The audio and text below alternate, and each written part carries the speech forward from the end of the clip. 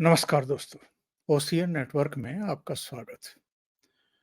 आजकल एक चुटकुला आम तौर पर इधर सोशल मीडिया पर बड़ा वायरल है और चुटकुला ये है कि यूरोप से एक हट्टा-कट्टा, साधन संपन्न सा लगने वाला और काला चश्मा लगाने वाला कुत्ता भारत पहुंचा। अब यहाँ के कुत्तों ने और कुछ दूसरे लोगों ने उससे पूछा कि भाई तुम जहाँ से आ रहे हो वहाँ ना खाने-पीने की कोई कमी है, ना रहने की कमी है और तुम दिखाई भी दे रहे हो हष्ट-पुष्ट, तो फिर भारत क्यों आए हो? तो उसने कहा कि साहब वो तो सब ठीक है, वहाँ सभी सुविधाएँ हैं, लेकिन जितनी भौंकने की आज़ादी भारत में है, इतनी तो वहाँ नहीं है। इसलिए मैं इधर आ गया हूँ। अब ये है तो चुटकुला, लेकिन हम ये देख रहे हैं के अलग-अलग संगठनों से जुड़े हुए, अलग-अलग पॉलिटिकल पार्टियों से जुड़े हुए, सोशल मीडिया पर सक्रिय लोग और जो अपने-अपने एजेंडे चला रहे हैं, उनमें देश विरोधी एजेंडा भी शामिल है। वो सब जिस तरीके से स्वच्छंदता से, ये नहीं कि जो संविधान की 19 आर्टिकल में आपको अधिकार मिले हुए हैं, केवल उसके तहत ही क्योंकि जब आप अभिव्यक्ति की स्वतंत्रता की बात करते हैं, तो फिर जवाबदेही और ज़िम्मेदारी और आपके कर्तव्य भी उसके साथ जुड़े हुए हैं।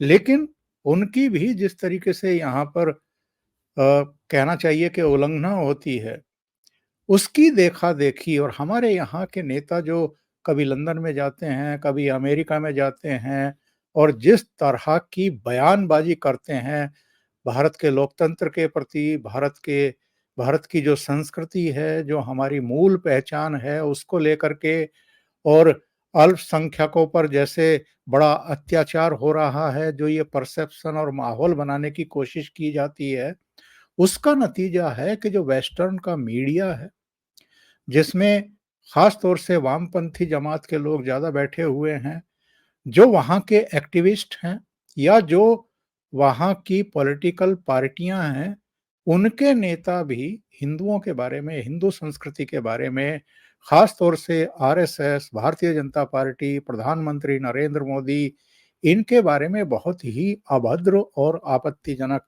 बातें करते हैं और पूरी दुनिया में एक अलग तरह का परसेप्शन भारत के बारे में क्रिएट करने की कोशिश करते हैं। आज जिस मुद्दे पर हम बातचीत करने जा रहे हैं, ये अमेरिका के कैलिफोर्निया की उस काउंसिल में एक जगह है बेकर्सफील्ड, यहाँ की नगर निगम है।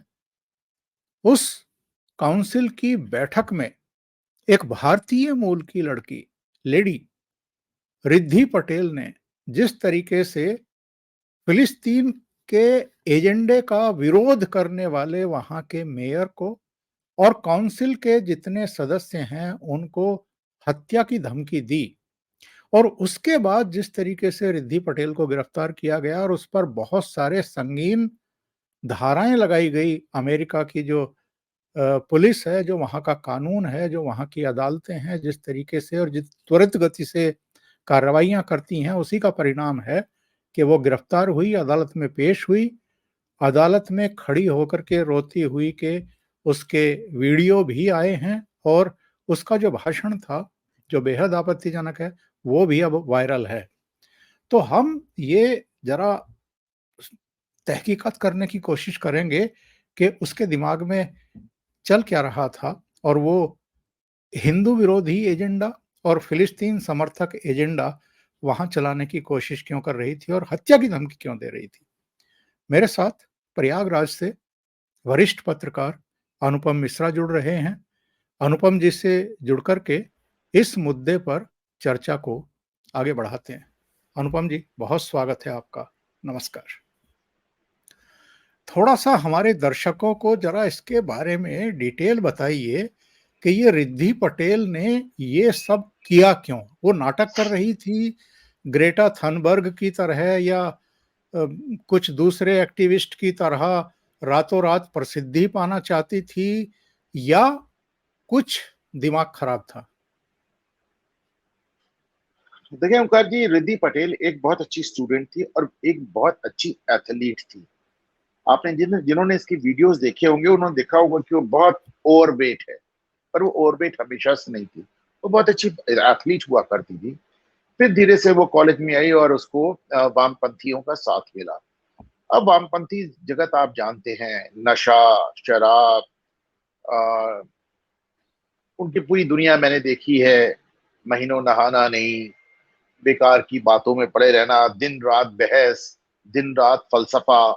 और रिद्धि पटेल एक अच्छी स्टूडेंट, एक अच्छी एथलीट से एक ओवरवेट दिमागी बीमार हो गई। दिमागी बीमार मुझे कहने में कोई भी संकोच नहीं है, मैं इसको साबित करता हूं। मैं हमेशा कहता हूं, दावा बिना दलील के नहीं होना चाहिए। मैं अपनी दलीलें देता हूं। देखिए हुआ क्या कि जैसे अमेरिका में काउंसिल्स होती हैं, जैसे हमारे यहाँ नगर निगम होते हैं, नगर पालिकाएं होती हैं। और जैसे इसीलिए हमारे यहाँ जो सभासद होते हैं, हम उनको अंग्रेजी में काउंसिलर कहते हैं, जी क्योंकि हाँ। हमारा ये, हाँ, तो वहां पे भी जो काउंसिल्स होती हैं, उसमें जो सभासद होते हैं काउंसलर कहलाते हैं। इसीलिए आपने देखा होगा कि हमारे यहाँ भी सभासदों को अंग्रेजी में काउंसलर कहते हैं। तो साहब वहां पे मेयर भी बैठा है, काउंसिल के मेंबर्स भी बैठे हैं। 5 साल से रिद्धि पटेल उसकी मेंबर थी और ये एक वामपंथी ग्रुपों के साथ चलती थी और हमास के फेवर में प्रदर्शन करती थी, इसराइल के खिलाफ। River to the sea, Palestine will be free. देखिए एक नारा है कि from the river to the sea Palestine will be free. नारा है कि हम समझ लें, जिस रिवर की बात हो रही है वो जॉर्डन नदी है, और जिस सी की बात हो रही है मेडिटेरेनियन सी है। तो मेडिटेरेनियन सी और जॉर्डन नदी के बीच में पैलेस्टीन यानी फिलिस्तीन, इसराइल और गजा पट्टी तीनों आते हैं। तो जब वो कहते हैं from the river to the sea Palestine will be free, वो बेसिकली उनके कहने का मतलब होता है कि जॉर्डन नदी से लेकर मेडिटेरेनियन समुद्र तक सिर्फ फिलिस्तीन होगा और इसराइल का नामो निशान और यहूदियों का नामो निशान मिटा देंगे। तो ये एक बहुत ही शालीन सी भाषा में यहूदियों के नरसंहार की बात है। आप इसे समझें, हमें भूलना नहीं चाहिए कि नरसंहार से बच के यहूदियों ने इसराइल बसाया था, जो बचे हुए लोग थे। अब फिर से उनके नरसंहार की बात हो रही है। यहूदियों से इस्लाम का पुराना बैर है। आपने अगर देखा होगा कि पहली आयत से यहूदियों के खिलाफ कुरान उनको जानवरों से बदतर बताती। बहरहाल वो एक अलग केस है। अब ये रिद्धि पटेल मैडम ये फिलिस्तीन वामपंथियों के साथ आ गई, हमास के फेवर में बयान देने लगी, फिलिस्तीन के फेवर में बोलने लगी। एक बात जो आपको समझना पड़ेगा, एक हुए वामपंथी, एक हुए बीमार वामपंथी। ये बीमार वामपंथी ये है कि इनको बात हो रही है इसराइल और फिलिस्तीन की, बात हो रही है यहूदियों और मुसलमानों की, पर वो बात हिंदुओं को गाली दिए बिना नहीं खत्म होती। ये वो बीमार मानसिकता है। तो साहब वहां पे बात हो रही थी कि क्या रिजोल्यूशन पास हो। वहां पे तमाम नगर निगम जितने काउंसिल्स हैं, वो फिलिस्तीन और इसराइल के मुद्दों पे अलग अलग प्रस्ताव पारित करते हैं। जैसे यूनाइटेड नेशंस में होता है, जैसे पार्लियामेंट में होता है, जैसे विधानसभा में होता है, वैसे ही काउंसिल में एक प्रस्ताव पारित हो रहा था। तो जाहिर सी बात है, कोई भी प्रस्ताव पारित करने से पहले बहस होती है। तो बहस में बारी बारी से सारी सदस्य बोलते हैं। उसमें ये भी एक काउंसलर थी, ये भी बोली। बोली तो एकदम बहक गई, कहां से कहां चली गई कि साहब आप लोग जालिम हैं, आप लोग दुष्ट हैं। और फिर उन्होंने सबको लपेट लिया। उन्होंने कहा कि अगर ईसा मसीह आज जिंदा होते तो आप लोग को जान से मार देते। फिर उन्होंने गांधी की किया कि गांधी को गांधी गांधी करते हो, नवरात्र बनाया जा रहा है, बता दें हम लोगों। उन्होंने कहा ये नवरात्रि जो त्योहार है, इसको मनाने वाले कातिल होते हैं, वो लोगों को मार देते हैं, वगैरह वगैरह। और हम और आपने यहाँ पे काउंसिल के नगर पालिका के दफ्तर में ढेर सारे मेटल डिटेक्टर्स लगा दिए हैं। अच्छा, ये उस दिन पहली बार लगे थे मेटल डिटेक्टर और सुरक्षा। पहले वहां कोई सुरक्षा नहीं थी। इस पे वो भड़क गए।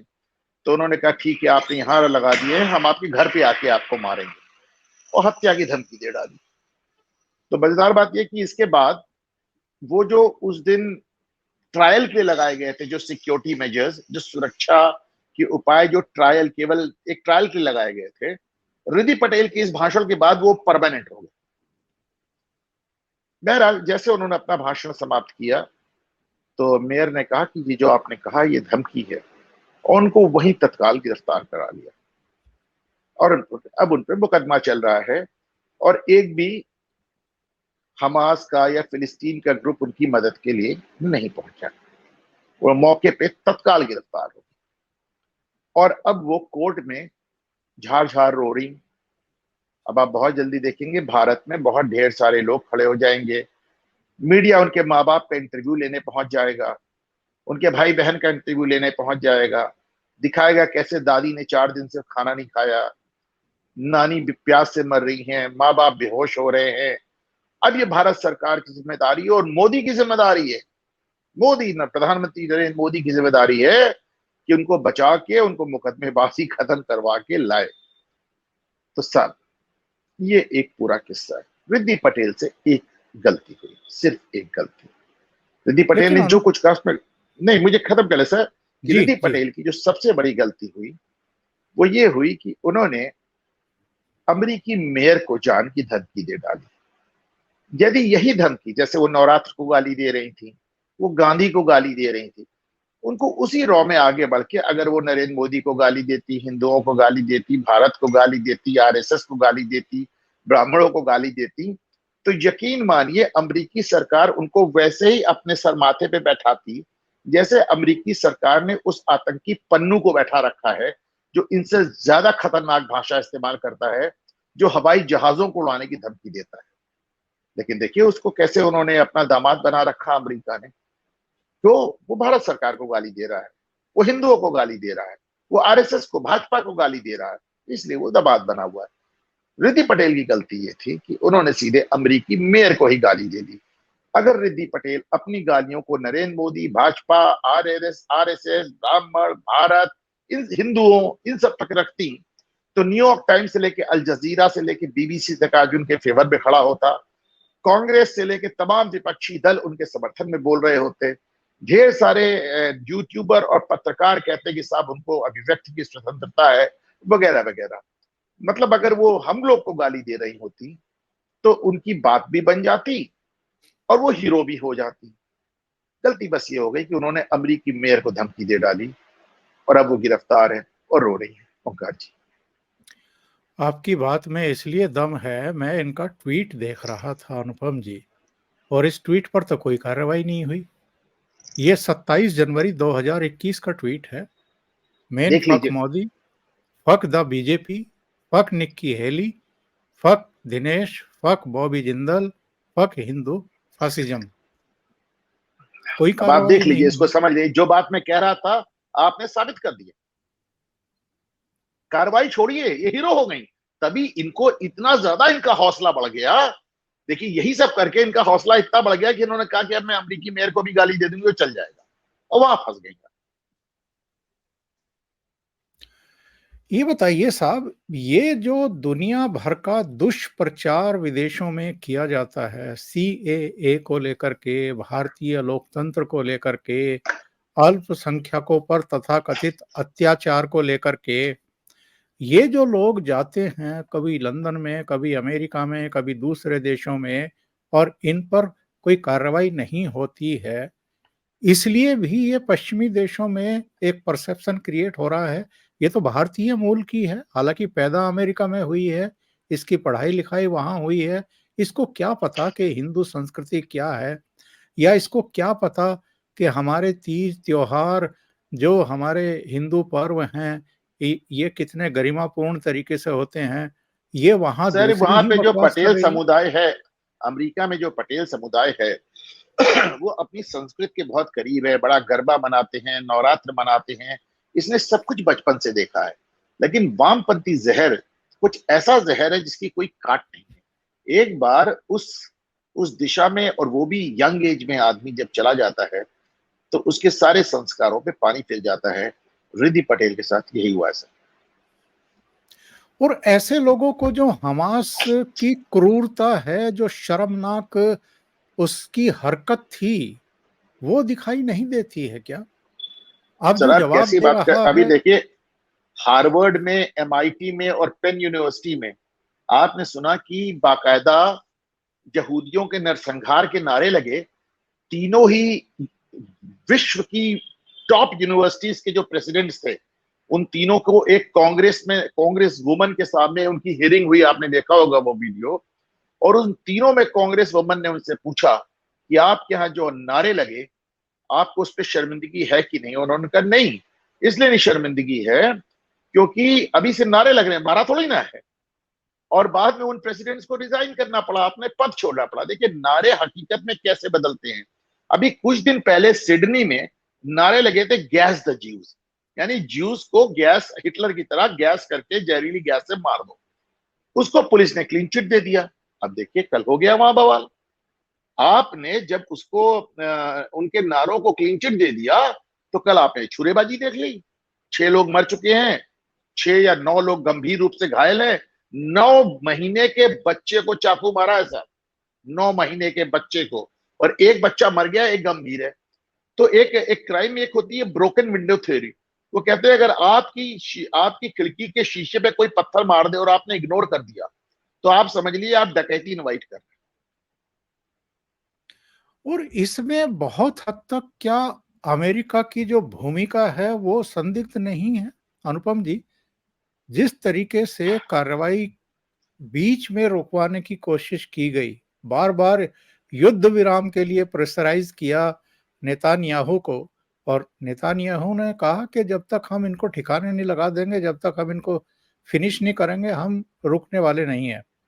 और इधर आप देखिए, अमेरिका की भूमिका को देखते हुए ईरान क्या कर रहा है। वो फिर से हिजबुल्लाह के पीछे खड़ा होकर के उसके जरिए वहां हमला कराने की कोशिश कर रहा है। हालांकि हम और आप और बहुत सारे लोग भूले नहीं होंगे हिजबुल्लाह को किस तरीके से जमीन दिखाई थी इसी इजराइल ने करीब 2 ढाई दशक पहले। हैं। देखिए वैसे तो आज तक ऐसा कोई युद्ध नहीं हुआ जिसमें अमेरिका ने दोहरी भूमिका ना निभाई हो। उनके साथ पुराना फंडा रहा है, running with the hare and hunting with the hounds. लेकिन इसराइल का एक मुद्दा ऐसा है सर, जहां मैं समझता हूं कि अमेरिका उतनी दोहरी भूमिका में नहीं रहता। संयुक्त राष्ट्र में इसराइल के खिलाफ हर प्रस्ताव उसने वीटो किया है। जब से ये खबर आई है कि 48 घंटे में ईरान हमला कर सकता है, आप देखिए कि इनके जितने शिप्स थे, वॉरशिप, वो सब के सब मेडिटेरियन सी पहुंच रहे हैं, वो सब के सब इसराइल पहुंच रहे हैं। आप देखिए कि इनकी सेना के बड़े बड़े कमांडर इसराइल पहुंच गए। आप देखिए कि इनके जितने राजदूत हैं, वो सऊदी अरब, कतर, कुवैत की मदद से ईरान पे पूरा दबाव डाल रहे हैं। एक इसराइल इकलौता, एक वाहिद एक केस है जहां अमेरिका की अगर दोहरी भूमिका है भी तो अभी तक साबित नहीं हुई है। बाकी तो तकरीबन हर युद्ध में ये हमेशा दोनों तरफ से लड़ते रहे। इसराइल का ये है कि साहब, अमेरिका एक कैपिटलिस्ट कंट्री है और एक पूंजीवादी देश है, और यहूदियों के हाथ में उनका पूंजीवाद इस कदर है कि उनकी हिम्मत नहीं है कि वो इसराइल को छोड़ सके, पहली बात। दूसरी बात, इसराइल इतना छोटा सा देश है कि अगर साहब उससे एकदम मदद खींच ली गई और वहां कोई हादसा हो गया, तो फिर उस अमरीकी प्रेसिडेंट को अपना शासन बचाना बहुत मुश्किल हो जाए।